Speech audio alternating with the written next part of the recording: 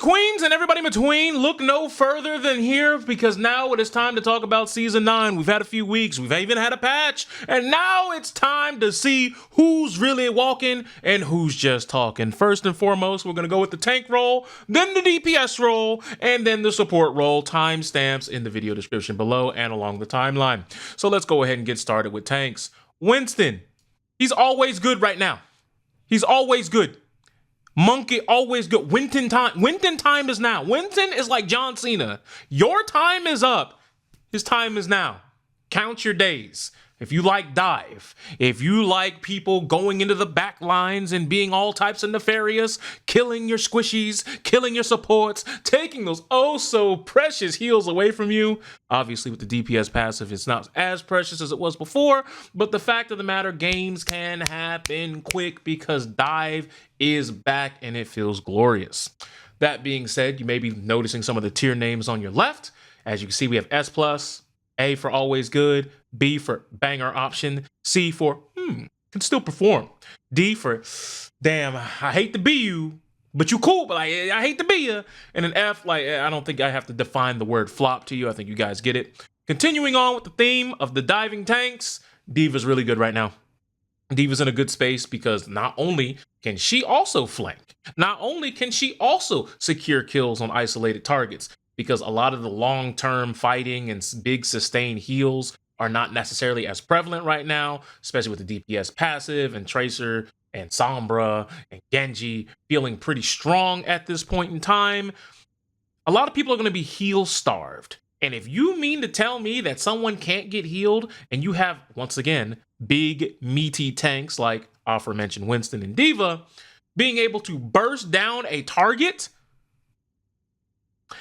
it's good night, Irene. It's GG's. The fat lady is singing. Your life is over. Unless you're going to waste big cooldowns like Lamp and Suzu. A lot of squishies, when they see, I'm coming and I'm D.Va, it's GG's. They don't want to deal with those problems. When they see them whisker face paint coming towards them in 4K, nah, they don't want it. I wouldn't want it either, personally, because I know what it's like to be in the back line. I don't want to see her either, especially with Defense Matrix, being able to stop a lot of the chicanery like Suzu, being able to eat up things like Anna Nade, being able to stop a lot of the incoming damage, which will allow your supports to be able to actually get some heals.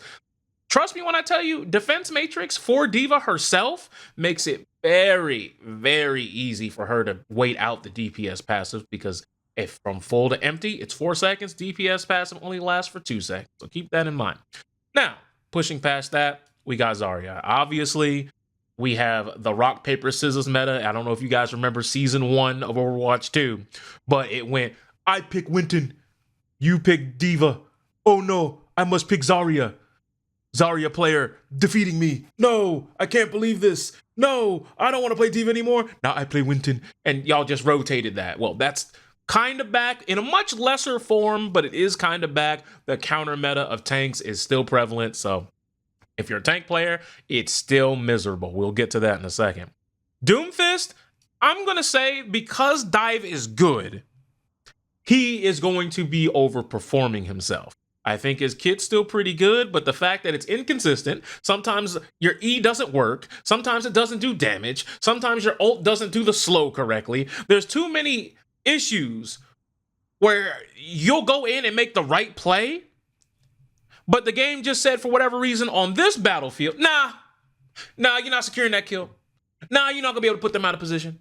Nah, and a lot of his displacement and being able to move things and being able to get in and out, a lot of it is relatively team dependent. Like, I'm not saying that he can't, but it's just really, really, really, really hard. Like, you have to be upper echelon skill ceiling, know all the Doom tech to really push this character in a way that makes it to where you can dominate a game in 1v9. Like this, he's not a 1v9er, right? But he is a banger option. He can definitely be solid. He can definitely perform. That being said, Ramatra, really good right now. With that DPS passive, and you're going to hear this a lot, that DPS passive and how consistent it can be applied, especially by hit scans.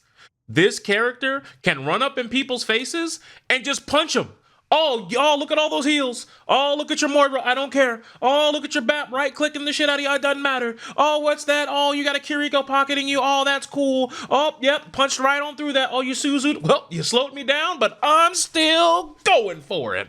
Very, very, very scary tank. And obviously, he's not like he was bad before. But now if you want to play Brawl and you guys have a Lucio and y'all just run in there and start hitting the squishies, a lot of the bailout options that a lot of the backline supports had don't really do too well. And you may be saying, well, what if I play like something like Brigitte? Hello? Did you not hear what I just said about all the, like, I'm punching through your shield? Like, hello? Pay attention. Come on. So moving past that, we obviously have Orisa, who isn't bad. But that whole thing about being the big sustain, the real deal, Holyfield, you can't kill me. As I said, aforementioned DPS passive, a lot of the situations where she was super effective and wouldn't die, she's now 20% more susceptible to dying due to the passive nerfing the heals that are going to be able to keep her alive. And thus, due to the hit of sustain, she's just a little bit less. She still does everything that she wants to do, though. Like, everything that she needs to do, she can still do. That's not like she's just fallen out of the metagame or anything like that. So, that being said, we got a couple of tanks left. I really want to put Hammond here. I really do. Mainly because if you're good, there's not many things that any of these other tanks can do better than what you're doing right now, because he's got S-tier sublime survivability. He can make life hell. He gets his ult fast, and the way he could just push people out of position, especially in a dive-based metagame where, you know, you could have a Tracer or Sombra all just gank somebody in the back line. This character is very dangerous, and it's not like the deal with Winston and D.Va where they go in with a cooldown, they have to initiate, they have to stick around for a little bit before they can get their cooldown back to be able to go away back to safety, back to their team or around the corner. Ball could just be like, in there, pop, boom, all right, I'm out, shoom, and just like a thief in the night, just leave on his own accord without having to necessarily wait 6-7 seconds for a cooldown to come back online. Now, we have Mauga. I kind of hate to be him, because remember what I said about Orisa? Well, Orisa would probably be here, is now here. Mauga was probably here, and I really want to put him here, but I can't do it. The one thing that keeps Mauga here, it's not his damage, it's not the headshot passive with lighting people on fire. It's not that. What it is that cardiac overdrive giving so much damage reduction to the rest of the team who did nothing to earn it. They just had to be there. Like, just imagine with me for a second. Imagine if Junker Queen, her shout and scream, did what the Mauga cardiac overdrive did. Just imagine that. You guys would never stop seeing Junker Queen. That character would be a menace. Luckily, it doesn't do all that, but I'm telling you, there have been some team fights where you guys are going to be going and having a dogfight, punching each other. Then they pop that, and all of a sudden, just popping that, even if the Mauga's not necessarily popping off, having a Tracer with damage reduction in this meta with her increased health pool, oh, I don't want to talk about it. I'm giving myself PTSD. I don't want to go there. Now, that being said, let's move on to listen. Ryan was here for so long. I want to say he's at least here now. Not because I think the character is terrible. It's because all the other characters are getting Overwatch 2 features, and my man is still, I am an Overwatch 1 tank in disguise. We gave him a fancy Overwatch 2 fancy mustache by giving him 2 fire strikes, but other than that, this is a character that can't do more than one thing at one time. If he wants to fire strike, there is no and block damage. There is no and charge. If he wants to charge, there is no and also be able to block damage. There is no I also want to throw a projectile right now. He doesn't get those options that a lot of these other tanks do. And you may be saying, damn, that sucks. He sounds like a worse Sigma. Because he is. Because Sigma, I don't know if you guys have known this, my man ain't got no big buffs. My man ain't getting no big nerfs. But my man is always a solid pick. Do you know why? Because if you're a hit scan player, you're like, finally, one tank. Yeah, baby, no double shield. My man goes shield. And you're like, oh man, we're about to break it. Man breaks it down. Then he says, talk to the hand. And not only does talk to the hand eat projectiles and block damage, it heals him. And provided the Sigma's playing in position, it is very easy for him to rotate and cycle those cooldowns in a way to where it almost feels like if you're a DPS player and you feel like, oh my God, we're about to get him, we're about to get that team kill, or oh man, he's doing a real good job anchoring a point to protect his supports and the rest of his backline. We're finally about to penetrate, and then it's like, all right, well, we got to stop shooting, otherwise we're just going to heal him. And then the rest of their backline is big chill and using that very precious time to heal everybody else on the team. I'm telling you right now, Sigma is always going to be very strong just due to the fact that he has a cooldown cycle that makes it to where you can't hit him or what's directly behind him in your LOS. I'm just saying, in some maps, playing off angles isn't necessarily the easiest way to get past it because it's very hard to get in those positions, but I digress. Sigma is always going to be a good option as a tank. Then we have Hog. I don't think Hog sucks. I don't think he's bad. That buff to compensate for the DPS passive, where now when he heals, it's, was it 50% damage reduction now? Like, he's pretty good. Provided he has his pig pen up, he can still one-shot most of the squishies in the game. So, obviously, a very dangerous option. I don't think anybody's too bummed out about Hog players. Now, obviously, if he gets hit with an Annonade and you're not running Kiriko or something like that, or Lifeweaver, there are some susceptible holes in the game plan, but still good. I don't think anybody's like, no, don't play this character. So I think that about does it for the tanks right now. So let's move on to the DPS. I'm sorry, May. I'm sorry. I hate to say it. Some of y'all might be a little bit upset at me, but I have to say it.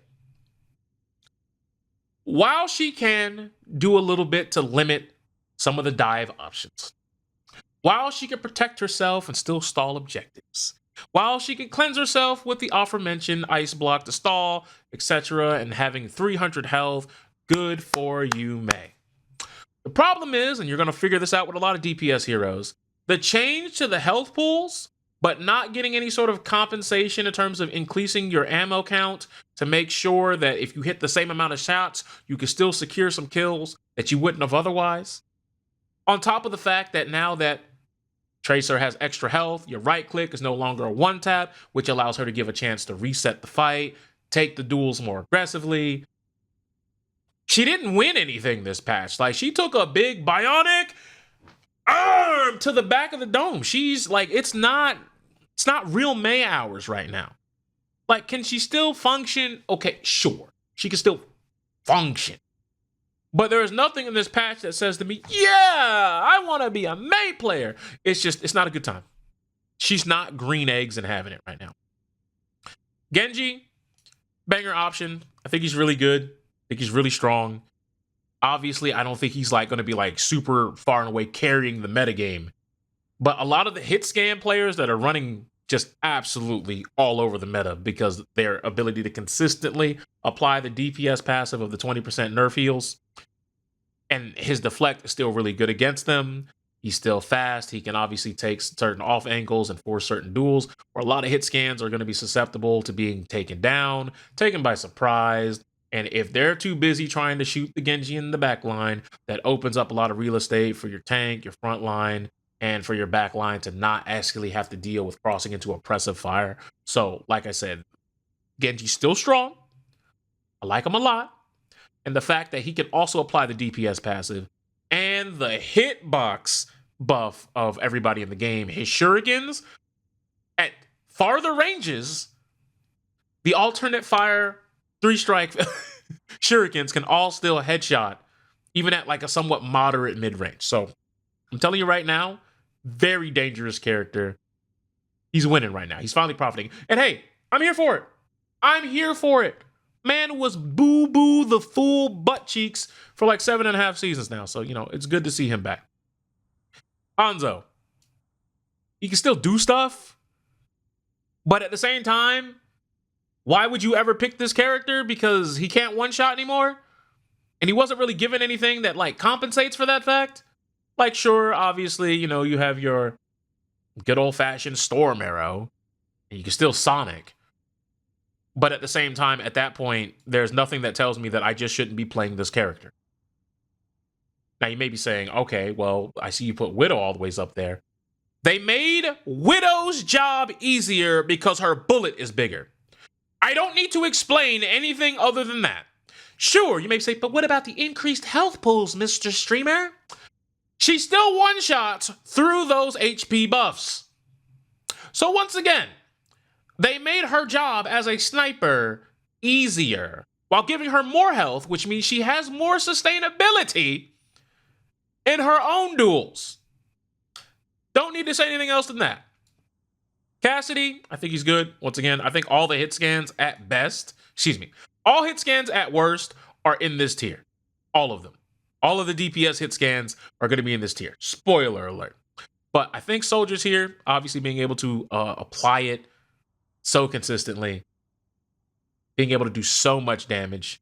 Helix Rocket being able to burst people down. This guy's good. Guy's dangerous.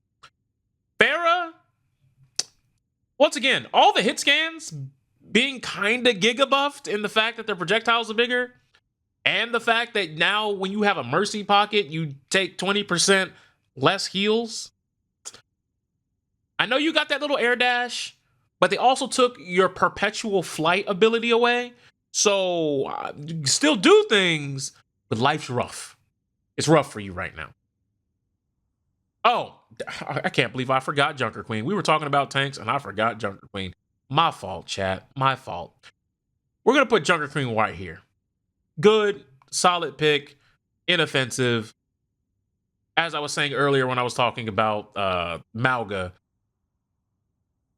can definitely run and ruin some front lines.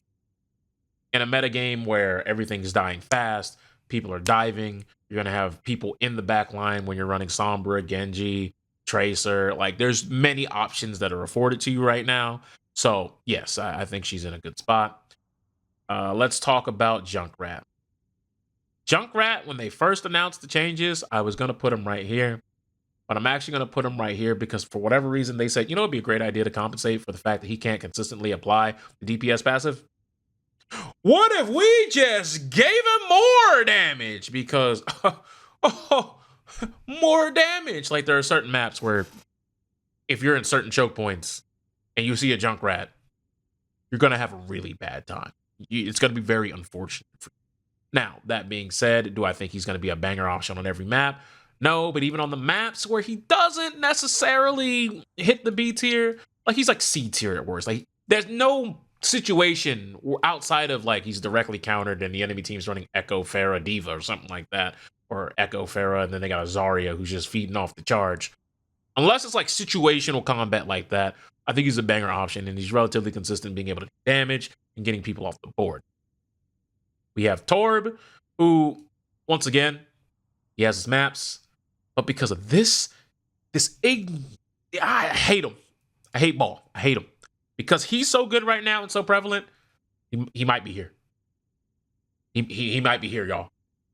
He is a consistent answer to a lot of the dive problems.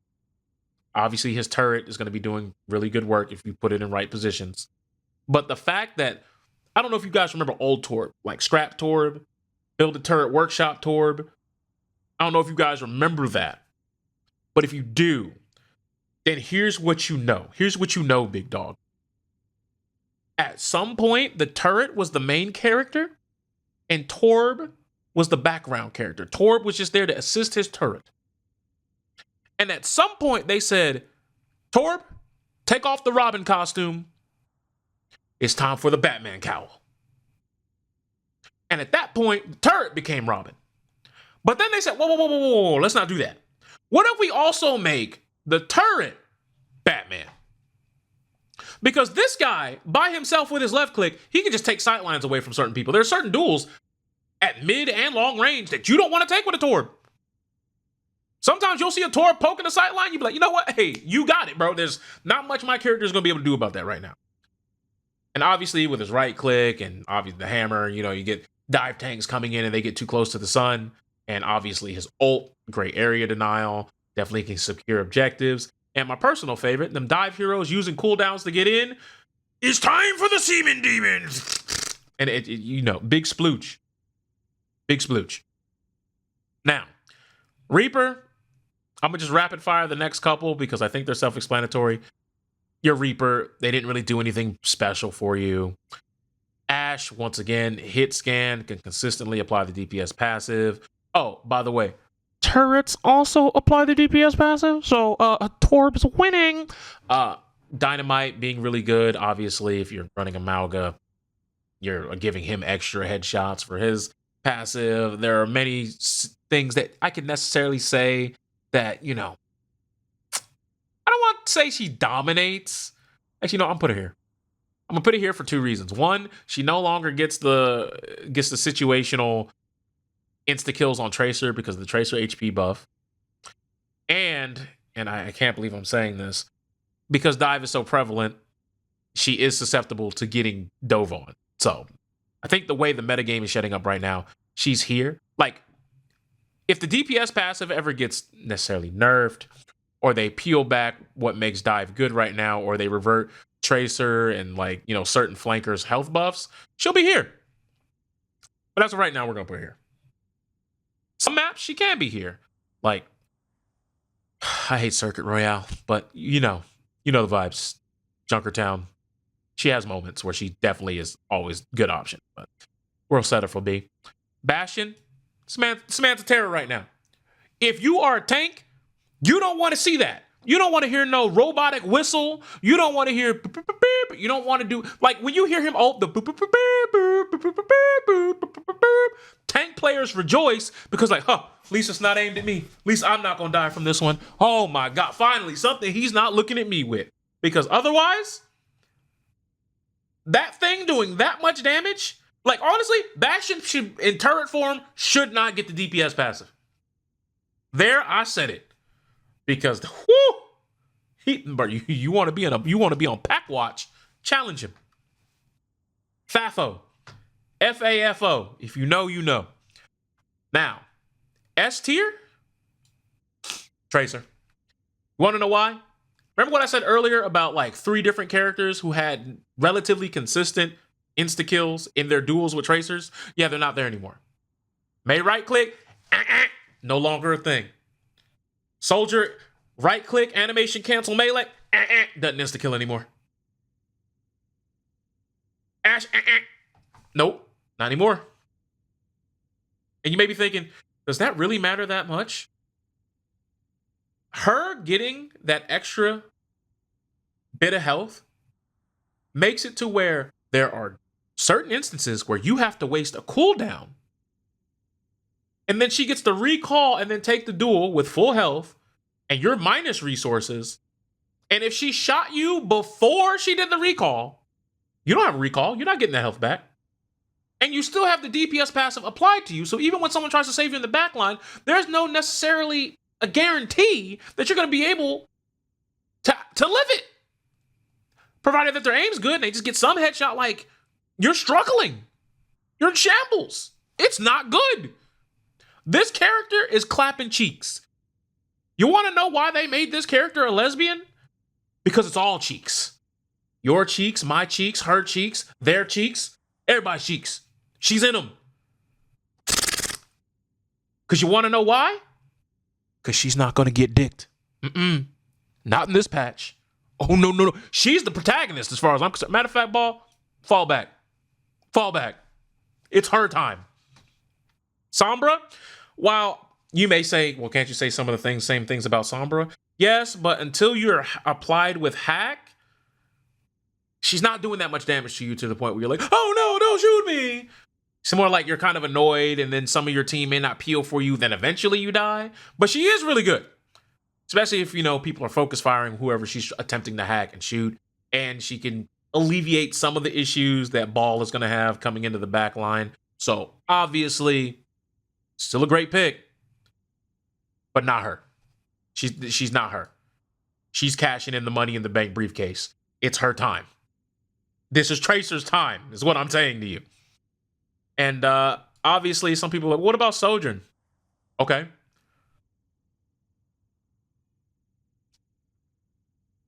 You put a mercy pocket on her. You know what time it is. Even without a mercy pocket, worst thing she can be is here. I'm gonna tell you right now, the way the characters are made right now, I don't foresee any forecast at all where I put Soldier here and she's not at least equal or above. I do not see a world where that has happened unless they rework Soldier or Sojourn. Unless they get reworks, I don't ever see a point where this white man will be over this melanated woman. I don't see it on any tier list. I just don't see it. Sorry, pal. I don't see it. Now, you may be saying, well, there's one DPS hero you haven't talked about. It's Echo. Everything I said about Pharah, put it on Echo. And you're like, oh, well, Echo's a banger option. Well, you know, she's still good. Well, because she can get her ult fast. She can do a lot of damage. Only issue is her ult is not in a good spot right now. There's been many times where it's like, oh, I pressed the button, the screen flashes blue, but it doesn't matter. And I have like 40 MS to the server. So, like, that sucks. Or you may be saying, sometimes you'll cast it, and then as soon as you cast it, you explode. So you don't even get the ult.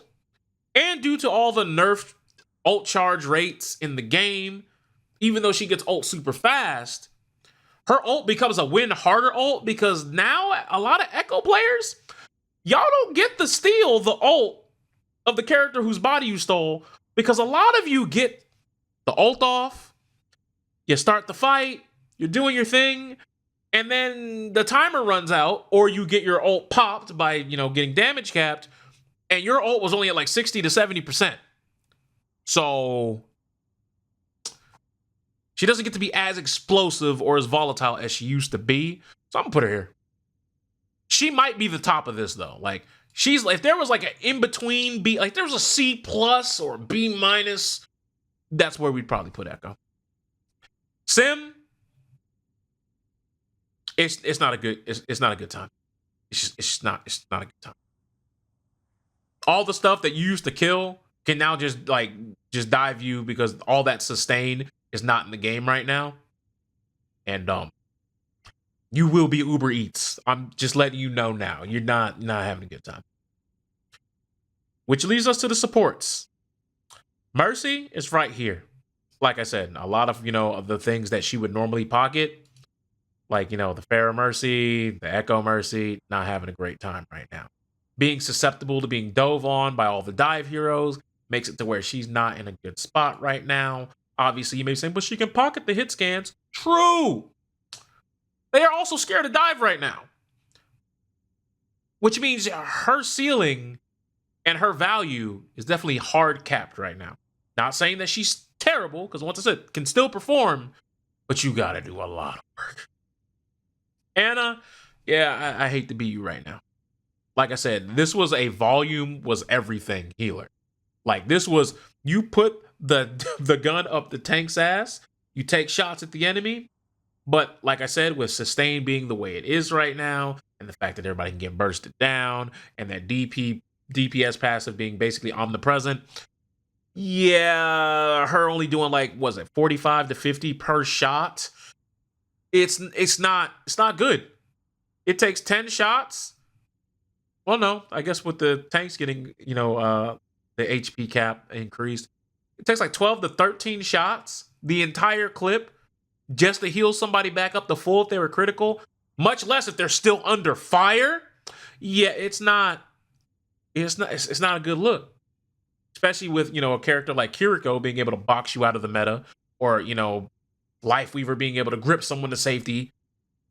Some of your nades, as big and as scrumptious and delicioso as they might be, can still be done away with.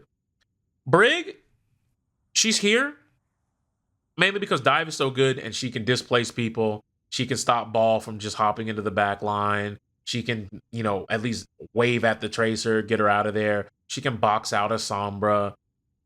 If there's a diva that's trying to come in on the high ground, you can boop her trajectory. Same thing with a Winston coming in. Although with the Winston buffs, Winston kind of isn't necessarily afraid of the Brig, but at the same time, it's not necessarily a free win either way.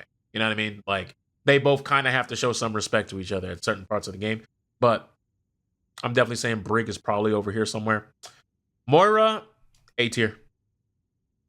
As some of you guys saw on the stream today, being able to be a sustained hero of yourself while everyone else is like, help me, I need heals, oh my god, and being able to just go, this is a sticky wicket, and just fade away. Being able to always be on the battlefield, being able to have orb, because like I said earlier about the DPS heroes not getting that ammunition compensation, there are certain duels where it would be like, ooh, shaky, kind of sketchy on whether or not we need to be taking this one-on-one duel with a Moira who's oppressing us. But now they have to hit more shots to kill you off than they did before. Especially if you're in a support duel where the DPS passive isn't a problem here. You now have to hit more shots on her 250, and she's still just gonna be right clickety click, right clickety click, suckety suck. Oh, my health is low. Healing orb, noodle noodle doo doo doo. And even then, if she's about to lose duel, she can still fade back to safety. So Moira's really good right now. Kiriko is always going to be good. Her value is it's insane. I don't think anybody's shocked by this. Like, I don't think there was a huge revelation that just happened with my chat going, oh my god, Kiriko's good. The ability to be able to cleanse. Which, if you think about it, having cleanse, teleport, and a slightly bigger projectile, I guess overall that means that she has S tier survivability as well. Because if y'all struggled killing her before she can get out with her cooldowns, her getting an extra 50 health, I'm just saying. If you're struggling before, I can only imagine what you're doing now. Iari, yeah, dog. I'm like, you can perform like at the beginning of the season, you were down here. You was bad news bears. But now, like, you kind of do stuff. I mean, having the value of being able to put a turret in like a crevasse of a shelf, and the enemy team has to come from way down yonder and they can never shoot it, and you just have somebody that's basically in an infinite pocket just sitting somewhere tucked away. Yeah, that's a value that you can't overestimate that. Like, that's huge. You can't really sit there and say, well, she's not that great. Like, even if the character itself is not that great, the fact that she could technically be healing 2 people at once with some level of consistency, yeah, I can't undervalue that. Lifeweaver, like I said, somebody makes a mistake, you can pull them. You obviously have platforms. Oh, what's that? There's a Zarya that's coming. Okay, we got grabbed. Whoop. Like, there's just too many situations where this guy is really good. And when it comes to volume heals, he's better than Ana right now. And the fact that Tree as an ultimate is just really good. Like I said, if sustain's not that great, having something that pulses big heals out to the rest of the team, especially on objectives, it's really good. Now, maybe I'm overestimating him. Maybe he should be here. But I can't really think of a situation where I'm like, I don't know. Like, I can't think of a situation where Lifeweaver just isn't always just at least a good, decent pick. Zenyatta, hey, you might be king of A, my boy. I'm not gonna lie. You really good, and then that patch happened, and now you're like, probably like here. Like, you make tanks not able to exist. You take a whole role out of the game. You take a whole roll, you pack them up, you say, oh, that's nice. Oh, man, you got a little bit of substance. Don't worry. Let me drink it, crush it, Kobe, and just shoot it into the Shadow Realm. Like, that's what Zen does. If you're a tank player and you see him, you're in shambles. Much less him being able to do 75 on a melee, which I don't know who came up with that. I don't know who was doing lines of cocaine when they cooked that one up in the lab. But brother, can we return it? Send it back. We don't want it. I like playing Zen. That should have never happened.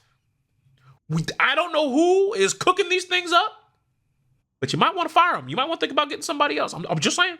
I'm not saying they need to be in the hot seat. I'm just, bro. Or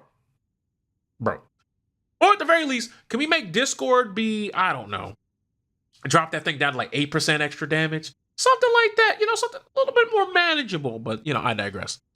We have Bat. Once again, always good. You have literally a field that stops people from dying. I don't understand how that could ever be bad, and it's not affected by, like, anti. Like, it would be sick if you were antied, it also nerfed what other supports could do to you. For example, if you're antied, you die in Immortality Field. If you're antied, you can't be healed by Yari's turret. If you're antied, you can't get damage boosted by Mercy. Like, it's something that just takes and shuts down things. Great job. That'd be great. If you're antied, the Orb of Harmony, like, while it's sitting on your head, you know how you can get locked out? Anybody who got antied, once the anti's gone, the Orb of Harmony is also locked out for 2 seconds. Like when you walk behind a corner for a Discord and you know how you can't reapply it to you. Man, something like that. And it would be kind of cooking. Now, Lucio, at the beginning of season 9, was probably here. But after that patch, he's still good. Like if he's coordinating, he's with a dive team, and they're actually jumping on the right targets. The ability to speed everybody up, the ability to just dive on people yourself, his boop getting a buff, and the damage buff, and the projectiles being bigger. If he jumps on you, it's almost hard for him to miss in some cases. Much less dealing with the fact that he's wall riding, hopping all around, coming at you from interesting angles that most people probably aren't prepared for. Yeah, he's good. He's good. He's a slippery frog. Did I say flog? He's a slippery frog. Ugh. Anyways, I'm not editing that out. Dude, this is all done in one take. So this is what I see the tier list being right now. This is it. This is what I think Overwatch is right now. If we want to do orders, I'm probably going to do stuff like this. We'll put you here. We'll put you here. We'll put Brig here. I like this. I like the way this is. Down here, we don't need orders. We don't need any order. Here, I like this. Here...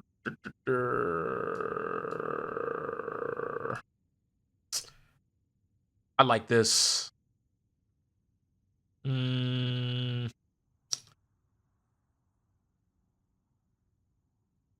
like this. I like this is good. BAP could be here. I'm here to hear that argument, but I like this. I like the way this is right now. You could even argue that this guy may be here, but I'm willing to hear the argument. I'll put him here just so I can have a tier list where Zen and Ram are next to each other. But yeah, this is what I would do. This is what I would call it right now. That being said, we need to confuse the people who like skipping to the end of videos. So just a moment. So yeah, that's why I honestly think that Brig is probably one of the ultimate heroes right now. I think he's really dangerous, being able to push people out. Like I said, dive is really good right now. So the fact that she can just kind of kite people into bad situations, push them out of the frame. If you got a ball coming in, just redirect their power drive, displace them, make it to where you're getting so much heals and just so much value out of the fact that, sure, you may have a bunch of people diving you, but if you're hitting them and you're consistently applying your Inspire, you're always going to have good uptime, good value. And honestly, last character, Reaper, I'm not gonna lie, man, this is Reaper's time, bro. This is his metagame. This is what he was built to do. What's that? You got a Winston diving in on you? Don't even worry about that, man. That man's kiggity cooked. And Winston's A tier right now, man. Like, my man's going big balls deep diving. So, it's obviously great that, you can have Reaper be their time. Like, yeah, see, even chat is like, great tier list, bro. Great tier list. Like, let's clap it up, chat. Like, we did it, bro. This is Overwatch 2 Season 9. Thank you guys for watching, and I'll see you guys on the next one. Peace.